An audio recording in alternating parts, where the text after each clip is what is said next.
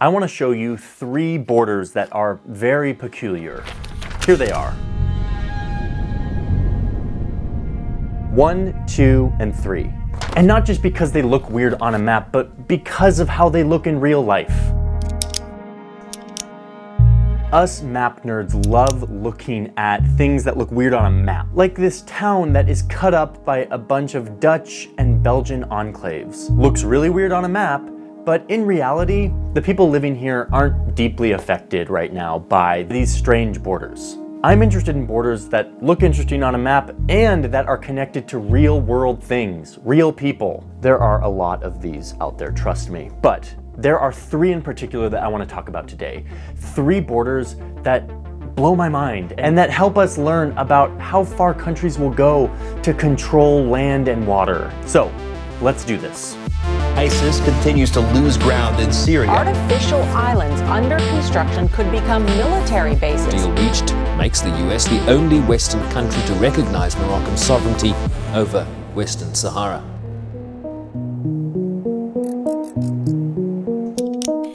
The first border is the Moroccan berm wall. Morocco is this country in northern Africa that claims all of this land. But if you look at Google Maps, you'll see this dashed line and that there's another country underneath it that isn't Morocco, it's Western Sahara. This dashed line is not the border I want to talk about, but let me explain. The line is dashed because Morocco doesn't want all of this to be a country, doesn't want these people to have independence. Morocco thinks it's theirs. So since 1975, when Spain left this land, Morocco has been fighting to keep the people down here from controlling the land. They took this pretty far in the 1980s when they got out the bulldozers and started building a wall. And after a decade of digging, they created the border that I want to talk about. This is what it looks like on a map.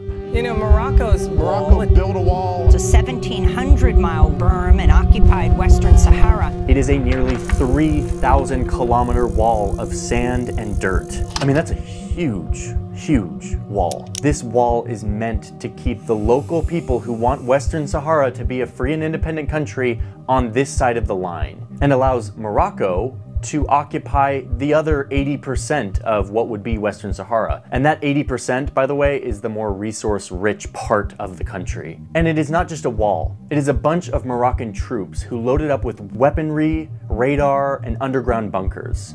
Oh, and landmines. Tons and tons of landmines. This is widely accepted as the longest landmine field on Earth. When I was in Morocco, I learned that it is literally illegal to show a map that contains this border, or anything that is not this. Many countries don't recognize Morocco's claim to all of this land. In fact, the United States didn't recognize the claim until last year when the Trump administration said that they would recognize it in exchange for Morocco becoming friends with Israel again. Sort of a weird love triangle. It's so weird how this stuff works. It's like, you're not real, but if you like my friend, you're real now. Meanwhile, the people who live here in this little strip, they run their own country, but it's under the militant eye of the Moroccan military who patrol this wall to keep them out of the rest of their country. These locals have been in a decades-long struggle to fight for the day when they can break down this sand barrier and actually build their own country. But the powers that be aren't letting that happen anytime soon. Okay, so that is the Moroccan berm wall. 3,000 kilometers of sand and dirt. Crazy. Next up, let's go over to Syria. Sometimes borders can embody history, religion, energy, dictators, and modern-day guerrilla warfare all in one. And that's what's happening over here in Syria. Okay, wait, before we get into this, we need to pause and I need to thank today's sponsor who allows me to make these videos.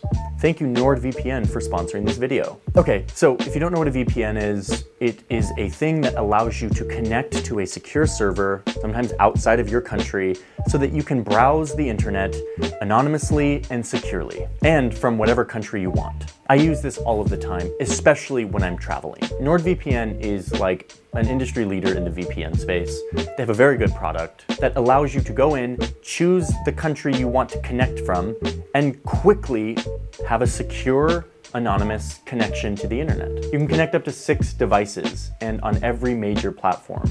Windows, Android, iOS, Mac, Linux, etc. You can even do this on like an Android TV. I use NordVPN for 2 reasons. Number 1 is because when I'm traveling, I'm often connecting to a Wi-Fi router inside of like a coffee shop or like a public area. With a VPN, you can do this more securely. And when I'm traveling, my computer kind of freaks out and thinks that like I'm someone else. So I get kicked out of my Gmail. I can't watch like the Netflix shows I'm used to. With NordVPN, I can just connect to an American server. And now, as far as my computer knows, I'm still in the US. I have access to all my favorite content. I can choose from over 5,000 servers in 60 different countries. And all of this is lightning fast, so you don't notice any difference. It is an incredibly helpful service. You don't have to take my word for it. There is a link in my description. When you go click that link, you will get a really good price on a 2-year plan that you can get your money back if you don't like after 30 days. Plus, this comes with a huge discount. So that link is in my description. It is nordvpn.com/JohnnyHarris. Thank you, NordVPN, for sponsoring my video and my channel and allowing me to do this work. We are now ready to get back to the maps. Let's go to Syria. Okay, so we're in this part of the world, the Middle East. We have Syria, and up here you have Turkey. There's this one really famous guy in Turkey. He was like the grandpa of the guy who started Turkey's big empire, the Ottoman Empire. Anyway, this guy may or may not have died by drowning in the Euphrates River, like right here. And so to honor him, they decided to bury him right on the banks of the Euphrates River, right here on this like really famous hill. Sort of seems like an interesting decision to bury the person like right on the banks of the river that killed them. Anyway, not my decision. They buried him on this famous hill. And this again was like a long time ago. This is back when this region was just one big empire. It was Turkey's big Ottoman Empire. But of course, the Europeans wouldn't let this last for long. So they showed up in the early 1900s and they cut this region up. Like they literally like divvy it up. It's like you, Britain, you get this part, France, you get this part, Russia, you get this little bit up here, Italy, you get this bit over here. Like they just like cut the lines up. It's madness. And eventually France took their little plot of the Middle East and like, these are now 2 countries. We have Turkey up here and we have Syria down here. And they drew this line separating these 2 countries. Wait, said the new Turkey. The tomb of our really important guy is like now in the new Syria. And France was like, we're not gonna redraw the line. So like, Turkey, you can control this little circle of land where the tomb is. That little bit of land is officially Turkey, but we're not gonna redraw the whole line. Turkey was like, sweet, that works. So it's the 1920s and Turkey looks like this, plus this little tiny dot in Syria where the tomb of Suleimani is. And like Turkish guards could be there and guard the tomb and it was fine. Fast forward 50 years and things are going fine at the tomb. Syria is now run by this dictator and he's like, hey, we want to build a dam right here on the Euphrates. You know, hydroelectricity. But then Turkey freaks out because all they see in all of this is a dam that is going to fill this whole valley full of water. This valley, where the hill is, where their guy is buried, is going to be underwater soon. And their special grave could soon be totally destroyed. So what do? They move the grave. Meaning they move their little bit of sovereignty from right here all the way up here, 85 kilometers north, still inside Syria. Why didn't they just move it into Turkey? So this border, this little enclave of Turkey just moved up. Okay, so now it has a new location. It doesn't stop there. So the dam is built, the tomb is safe. There is now a lake called Lake Assad after the dictator. Fast forward another half century, and now the dictator's son is in power, and guess what's happening in Syria? The Islamic State now controls more than half of Syrian territory. This morning, that includes some of the most important cultural treasures. ISIS fighters have now entered the archaeological ruins. We're talking the capital of ISIS. ISIS took over a lot of Syria in 2014 and 2015, including where the new Turkish tomb was, where this little speck of Turkey was. And if you don't know anything about ISIS, you should know that in addition to being awful in every way, they also love to destroy sacred old things. This morning, ISIS claims to have destroyed priceless pieces of history. What they didn't blow up with explosives, they literally tore apart by hand.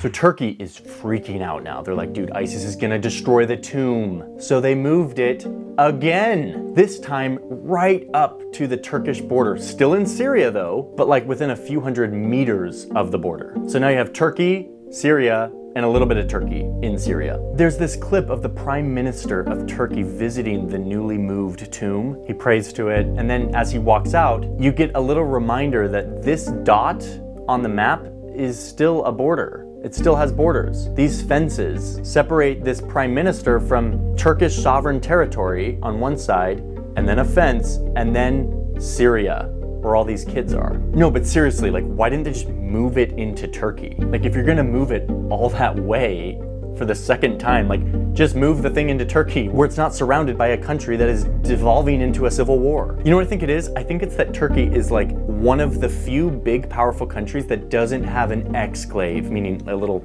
island of themselves in a different country. I think they literally just want to be like, oh yeah, we have one of those. Like, we've got one of those weird things on the map. It's 200 meters off our border, but like, we have it. We can move it whenever we want, but whatever. That is how this sacred site exclave border thing moved around, and eventually it's supposed to move back to its second location, but the details are fuzzy on how that's going to happen. Okay, so that's Turkey and Syria. Let's go to our final border, which has to do with the ocean.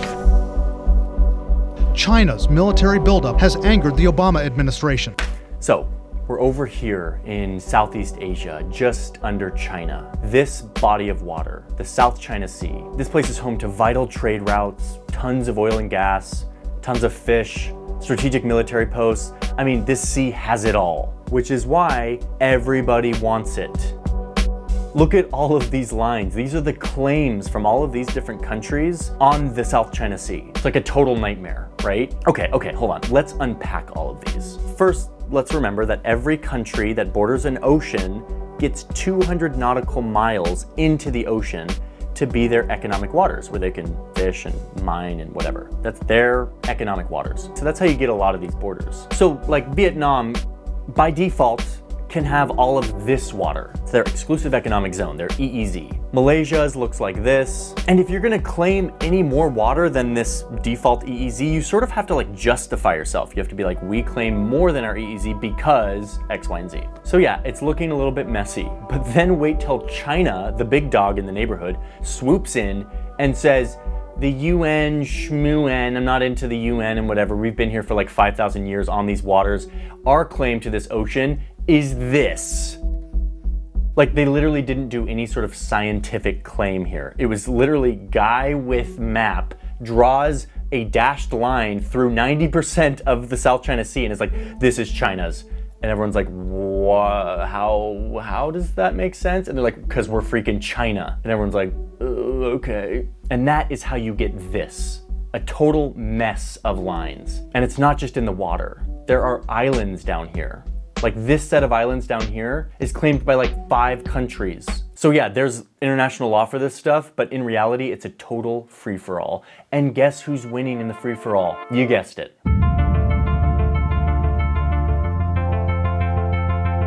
China's not waiting for a diplomatic solution here. What they do instead is just like show up to these islands and build military bases and landing strips. But then there's big parts of this body of water that have no islands. So what does China do? They show up and dig up a bunch of sand from under the ocean and build islands. And then build military bases and landing strips. Like, look at these boats. These boats are making islands. They've created 1,300 acres worth of new land in the South China Sea. Overall, China is adding to its islands at the rate of at least 3.5 acres a day. And they populate it with military assets. Okay, so that's what it looks like on a map. It's wild. So as always, we have the lines on the map that look a certain way, but then the facts on the ground often say something totally different. This whole sea is controlled by China. In addition to building islands, they also will chase down fishermen from like the Philippines and Vietnam who are fishing in their own waters, totally legal, and they will show up and just attack them. They'll capture them, they'll intimidate them, and they'll make sure that they know who's boss. And no one can really do anything about it. So all these lines can look all complicated, but in reality, it's pretty simple what it should look like. Okay, those are my 3 borders. There are so many of these examples. These are the ones that are most peculiar and strange to me right now. So thank you for watching. It is the end of the year, end of 2021. It's been a fun, intense year. I've made a lot of videos, and I also made a bunch of LUTs and presets, which if you don't know what that is, it's how I color my videos. Without a LUT on me right now, this video would look like this. But with a LUT, it looks like this. Me and Iz collaborated on this and found with a professional colorist to find a set of LUTs for video and presets for photos that really reflect the color that we love to put on our photos and video. Literally years in the making. And they finally exist. So that's a thing. I also made a storytelling course with Nathaniel Drew that is live on Bright Trip right now. It is everything Nathaniel Drew and I know about storytelling packed into one jam-packed course that, again, I've been working on for years. So that is also in the description. What else do I plug in these moments? Oh, I have an orange jacket pin. That's kind of fun. Izzy's doing a house series someday. You sound really sad. You sound really sad. Izzy's doing a house series on our new house that we're building that's taken 1.5 years so far. Okay, I should probably wrap this up. Thank you all for being here. Happy New Year, and I will see you in 2021. I will see you in 2022 with a set of really, really cool videos that I'm working on. So, bye everyone.